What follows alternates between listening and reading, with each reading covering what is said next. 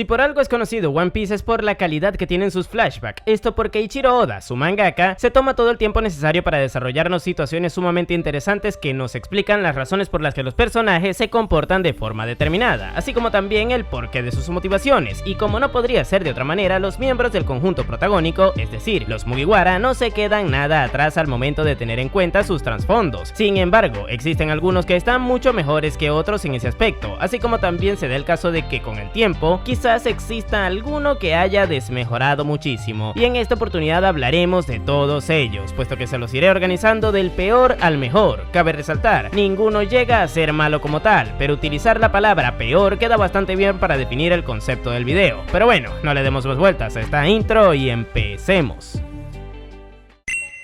Para algunos es una obviedad, pero para otros será una sorpresa ver que el pasado de Zoro está en el último puesto del top, y esto se debe a que el personaje literalmente divide al fandom, o lo amas tal cual como es, o lo desprecias, y esto en parte se debe a que, siendo completamente sincero, porque yo aquí no les vengo a mentir, su pasado es bastante mediocre en cuanto a estándares de One Piece respecta. Ojo, no estoy diciendo que sea malo, sino que si comparamos el flashback que Zoro tuvo en donde vimos a Kuina con, por ejemplo, el flashback de Trafalgar Law o mismamente el de Big Mom, se queda bastante atrás. Esto porque realmente se siente muy simple, ya que el hecho de que herede la voluntad de una amiga que se desinstaló de la vida por tener ciertos pensamientos de porquería metidos en la cabeza por su crianza, cumple como pasado triste que sirve para motivación del peliverde, pero tampoco tiene tantas variantes interesantes que den pie a que uno se pueda llegar a entretener analizándolo. Vamos, que por el lado de Big Mom tenemos una niña que fue abandonada, que posteriormente se comió a su familia adoptiva y que luego fue manipulada por un pirata, y este ni siquiera es el mejor flashback que hemos visto. Es por esto que digo lo de que, para estándares de One Piece, el de Zoro se queda bastante atrás. Por otro lado, también está el tema de que ha sido muy poco aprovechado, ya que lo de que tanto Kuina como él fueran Shimotsuki fue algo que pasó muy por debajo de la mesa en el arco de Wano, país de donde es originario su clan. Además, el tema de su espada, que no deja de ser una con una gran calidad, a día de hoy tampoco se ha explorado. De hecho, ni siquiera sabemos qué demonios opina Zoro acerca de la razón por la que Kuina se desvivió, y esto debería ser algo que esté presente en su camino a cumplir su objetivo, ya que se hará el mejor espadachín tanto por él como por ella. Y hablé más a profundidad del camino de Zoro como espadachín en el video de su evolución de personaje que les estaré dejando por aquí, pero bueno, debido a la simplicidad y a lo poco aprovechado que está el flashback de Zoro, se queda con el último puesto.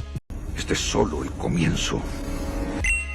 Y si dejamos el flashback de Zoro de último lugar en parte por ser simple, el de Usopp se ve perjudicado por lo mismo, ya que si hacemos memoria, este chico vivió toda su juventud teniendo un padre ausente que no se dignó en aparecer ni siquiera cuando su madre se enfermó de gravedad y se fue al otro barrio. Esto le generó al muchacho la necesidad de tener que mentir a cada rato, ya que era la única manera que tenía de darle esperanzas a su mamá diciendo que su padre volvería. Y bueno gente, esto la verdad es que es un poco más trágico que lo de Zoro, porque no es lo mismo que tu amiga de la infancia se caiga por las escaleras que tener que ver cómo tu madre está en cama enferma en una situación totalmente desesperanzadora. Sin embargo, como les dije antes, para estándares de One Piece esto es bastante poco, ya que tiene solo un componente complejo dentro del flashback. Lamentablemente Oda nos malacostumbró a ver vainas mucho más enredadas y entretenidas. Cúlpenlo a él por escribir trasfondos más interesantes, no a mí por evaluarlos. Dicho esto, al igual que Zoro, Usopp tiene un problema, y es que hasta ahora su flashback ha sido desaprovechado, puesto que toda esa relación tóxica que tiene con las mentiras no ha ido evolucionando con el pasar de los capítulos. Vamos, que Usopp no ha aprendido que mentir en muchos casos está mal, y prueba de ello es que en Wano estafó a una niña vendiéndole aceite de sapo mágico diciéndole que lo curaba todo, y luego ni se disculpó cuando le vio intentar usarlo para evitar que su padre se desviviera luego de que lo dejaran como a un colador. Definitivamente lamentable, por lo que si tomamos en cuenta que los flashbacks en esta historia hasta cierto punto son puntos de partida para el desarrollo posterior de los personajes, el de Usopp evidentemente está desaprovechadísimo, así que se queda bien atrás en este top. Largo de aquí, Beto. Si esos chicos leyeran, se perturbarían. Sí, sé que muchos se sorprenderán porque el flashback de Robin se encuentre tan abajo del top, ya que hasta ahora hemos penalizado a los anteriores porque no se han aprovechado y porque son simples, y justamente el de Robin no peca de ello. Sin embargo, tiene un problema que a mi parecer es peor que el de los anteriores, y ese es que empeora en retrospectiva, es decir, envejece peor que leche fuera de la nevera. Verán, el caso de Robin es que fue una chica a la que su madre abandonó porque se la pelaba básicamente, y encontró refugio luego de ser maltratada por los eruditos de su isla. Ahí aprendió a leer los poneglyphs y se convirtió en una arqueóloga. Eventualmente conoció también a Saúl, un tipo que se hizo su amigo. Robin en un principio era una niña solitaria, pero eventualmente logró rodearse de gente que la quería, aunque eso no duró para siempre, ya que por culpa de su madre idiota el gobierno descubrió que en O'Hara, la isla en donde Robin vivía, se investigaban a los Poneglyph, cosa que estaba prohibida, y por lo mismo le mandaron una booster call en donde liquidaron a todos sus habitantes. Bueno, a todos menos a Robin, aparentemente. Y antes de pasar al otro barrio, los eruditos intentaron salvar los libros que tenían sus investigaciones lanzándolos a un pozo subterráneo, el cual, por mala suerte, posteriormente fue encontrado por los Marines. Por otro lado, Robin fue salvada por Saúl, y sus últimas palabras antes de sacrificarse para hacerlo fueron las de que eventualmente volvería a encontrar gente que le quisiera. Y hasta aquí todo bien. A través de esto nos dieron a entender que 1. Robin era la heredera de los eruditos, ya que fue la única que investigaba cosas que se pudo salvar, y 2. Que a pesar de que en ese momento volvió a estar completamente sola, eventualmente encontraría gente que le quisiera. Y tomando en cuenta esto, ¿dónde está el problema? Pues que ni lo uno ni lo otro. Oda nos mintió con ambas cosas, ya que los libros de las investigaciones nunca fueron confiscados por el gobierno, puesto que los Marines que los vieron fueron lo suficientemente tarados como para dejarlos ahí. ¿Que vinimos a esta isla a liquidar bibliotecarios? No te preocupes, cadete Fernández, estos libros seguro que son inofensivos. Por otro lado, el tipo que creíamos que se había sacrificado por Robin realmente nunca fue papeado y se los llevó para hacer una biblioteca en otro lugar del mundo. Es decir, Robin nunca quedó completamente solo en ese mundo, ya que Saúl siempre se mantuvo con vida. Y el hecho de que los libros de las investigaciones hayan sido recuperados hacen que Robin ya no sea la única heredera de la voluntad de los arqueólogos, quitándole así lo especial a la muchacha. Vamos, que esto empeoró y mucho. Y esto es una lástima, porque si no fuera el caso, su flashback estaría entre los mejores. Pero las cosas como son, si vamos a evaluar cuál es bueno y cuál es malo, debemos ser estrictos y rigurosos. De hecho, expliqué de forma más extendida la decadencia de este flashback en el video de la evolución de Robin, que les estaré dejando por aquí por si les interesa. Pero en fin, por estas razones es que el flashback de Robin se queda en el puesto número 7. Y sí, sé que el pendejo de Okiji dijo Ice Time Capsule cuando atacó a Saúl, y que también se refería a que los libros fueron salvados cuando dijo que O'Hara seguía con vida. Pero que esta porquería esté justificada no implica que esté bien escrita. ¿Quién es? Una turba iracunda, señora. ¿Quiere salir un ratillo mientras destruimos su casa?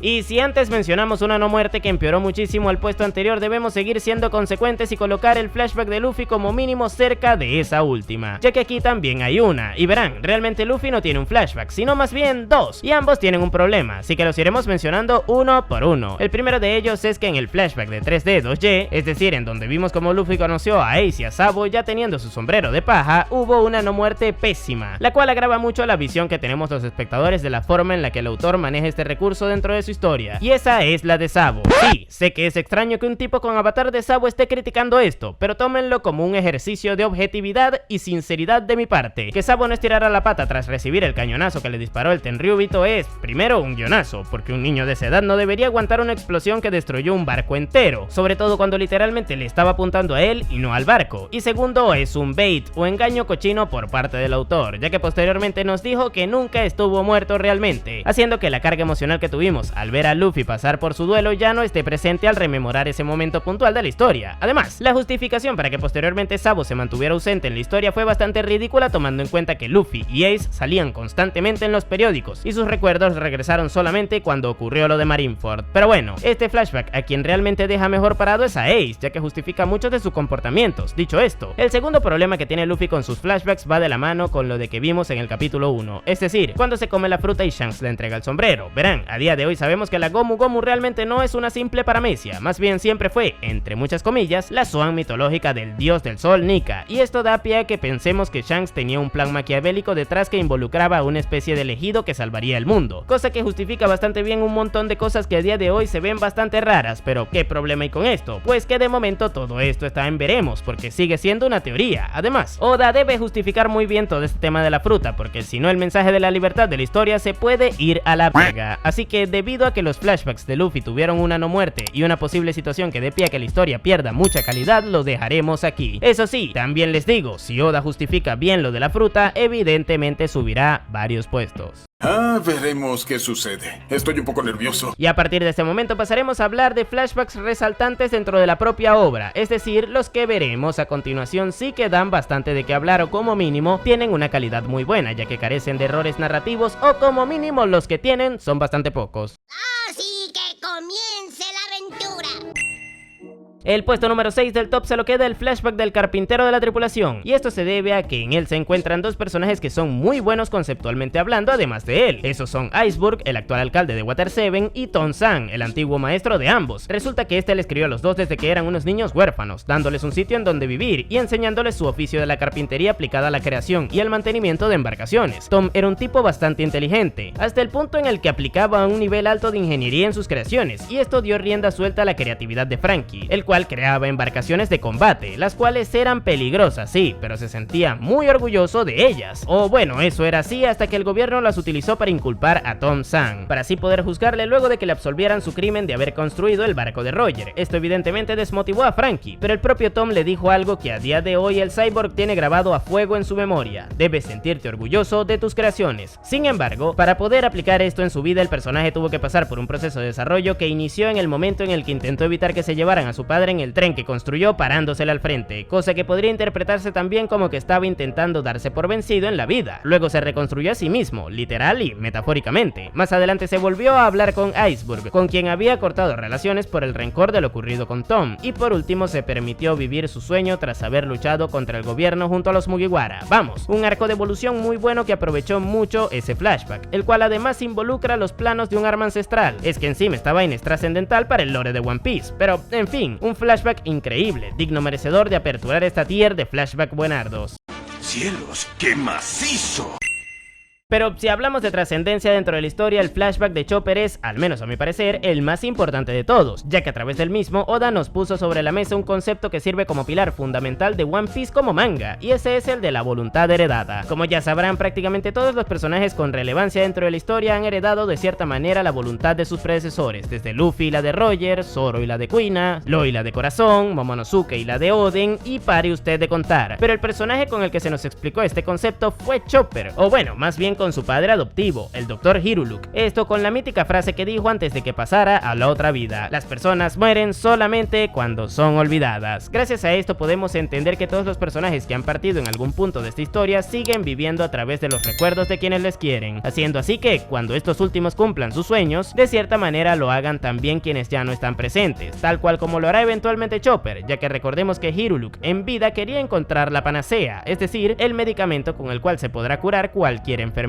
Sin embargo, dejó el mundo antes de cumplirlo, y su hijo adoptivo decidió tomar su testigo y emprender eventualmente su propia aventura en búsqueda de esa medicina. Ya con esto él heredó su voluntad, lo cual nos hace entender que Hiruluk sigue viviendo a través del sueño de Chopper. Y como dijo otro personaje más adelante, los sueños de los hombres nunca mueren. Vamos, que con cada pasaje trascendental que tiene más o menos que ver con el tema, la frase de Hiruluk envejece mucho mejor, y esto es increíble. Pero si es así, ¿por qué está en esta parte del top y no más arriba? Pues esto se debe a que, como punto de partida para el desarrollo del personaje, fue muy bueno, pero está muy poco aprovechado, ya que Chopper nunca ha utilizado esto como referencia para algo, o tampoco lo ha utilizado como argumento para reflexionar y evolucionar como personaje. Vamos, que es contradictorio que un mensaje con tanto peso para la historia sea tan desaprovechado por el personaje involucrado. Es que parece mentira, pero la frase de Hiruluk la aprovechan mucho mejor personajes como Luffy y Sabo con Ace. Pero bueno, de igual manera lo positivo impera por sobre lo negativo, así que el flashback de Chopper sigue siendo genial a pesar de que no se aproveche muy bien por ese personaje.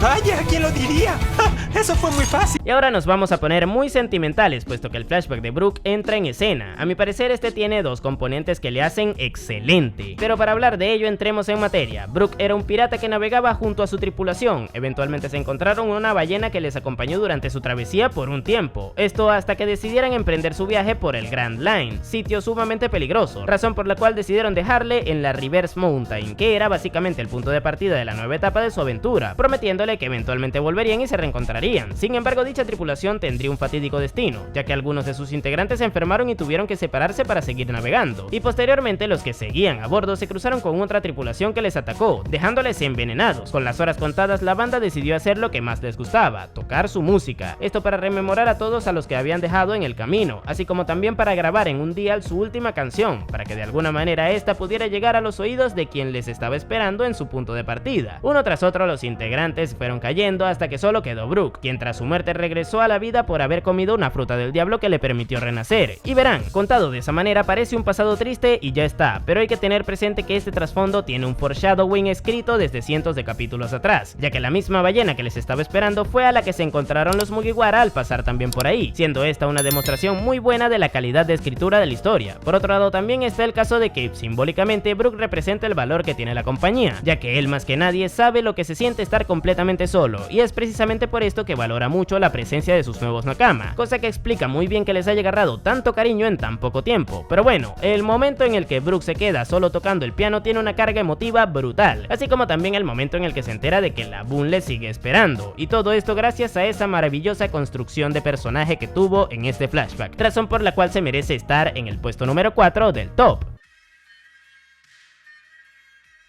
Y a partir de ahora nos toca hablar de los 3 mejores flashbacks de los Mugiwara, es de decir que estos resaltan incluso entre los mejores de toda la obra, así que pónganse cómodos que lo que viene es puro cine.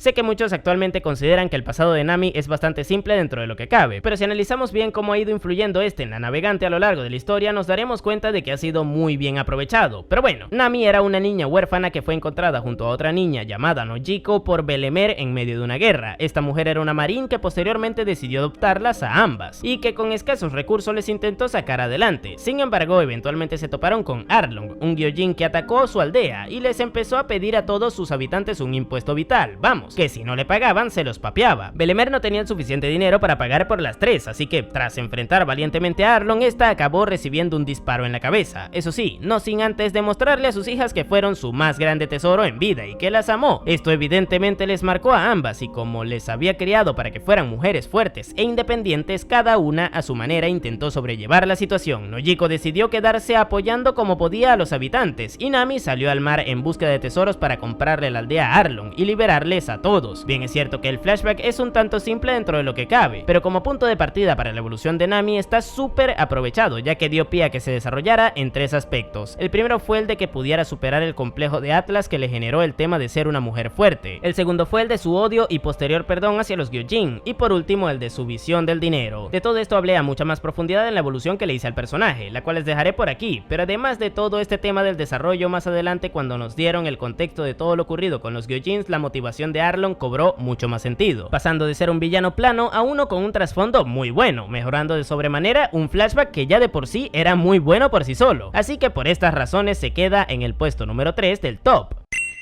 Pero ya que mencionamos en el puesto anterior la mejora que tuvo el trasfondo de Nami gracias al flashback de la isla Gyojin, es oportuno poner por sí mismo a este trasfondo sobre la mesa, ya que no deja de ser el flashback de Jinbe, y es que a través de los recuerdos del timonel de la banda de los sombreros de paja nos explicaron todo el conflicto de discriminación racial que había entre los humanos y los Gyojins, y es que resulta que este ha sido un conflicto que lleva centenares de años estando presente en dicho mundo, y esto había hecho que la generación de Jinbe creciera con un odio arraigado hacia los humanos, ya que desde la superficie estos eran discriminados fuertemente, cosa que hizo que tanto Jinbe como Arlong vieran de mala manera a esa otra raza. Sin embargo, eventualmente conocieron a Fisher Tiger, un Gyojin que era reconocido por vivir aventuras navegando en la superficie. Ambos se enteraron de que había sido capturado y llevado a Mary Joyce, sitio del que escapó y al que posteriormente invadió para liberar a los esclavos que ahí se encontraban. Esta hazaña maravilló a Jinbe y a Arlong, quienes decidieron acompañarle en su nuevo viaje. Ahí conocieron a Koala, una niña que, a pesar de ser humana, sufría de la misma discriminación que ellos. Gracias a ver esto, fueron conscientes de que el conflicto racial estaba presente incluso entre los humanos, y al convivir con ella se dieron cuenta de que tenían más parecidos que diferencias. Sin embargo, Tiger eventualmente sería atacado por marines humanos, los cuales le ocasionaron un daño mortal que ameritaba de una transfusión de sangre, misma que rechazó ya que solo habían humanos donantes compatibles. Con este momento, Oda nos pone sobre la mesa que el rencor de Tiger pesó más que lo que aprendió conviviendo con Koala. Sin embargo, también fue consciente de que lo que hacía estaba mal, razón por la cual les pidió a sus Nakama que no explicaran la razón de su muerte para no perpetuar ese rencor entre ambas razas, ya que se dio cuenta de que el problema no eran los humanos en general, sino un grupo de ellos. Esto tuvo 2 resultados: el malo, el cual se representa con Arlong, ya que él perpetuó su odio con esa situación, y el bueno con Jinbe, puesto que él heredó la voluntad de Tiger, a la que posteriormente se adicionó la de la reina Otohime, que también luchó contra la discriminación a su manera. Todo esto fue un punto de partida perfecto para la evolución de Jinbe, quien eventualmente se disculpó con Nami por todo el daño ocasionado por Arlong, cosa que cerró hermosamente con el perdón de Nami, haciendo que ambos evolucionaran. Por otro lado también gracias a ello pudimos ver de buena manera el conflicto racial que había entre ambas razas, el cual es sumamente complejo y bueno. Y por último, este flashback sirvió como base para el momentazo de la transfusión de sangre de Jinbe a Luffy, la cual hace referencia a los últimos momentos de Tiger y que simbólicamente representa un gran paso hacia adelante para solucionar ese gran problema que está presente en su mundo. Por todo esto y más, el flashback de Jinbe es cine puro y duro y digno merecedor del puesto número 2 del top.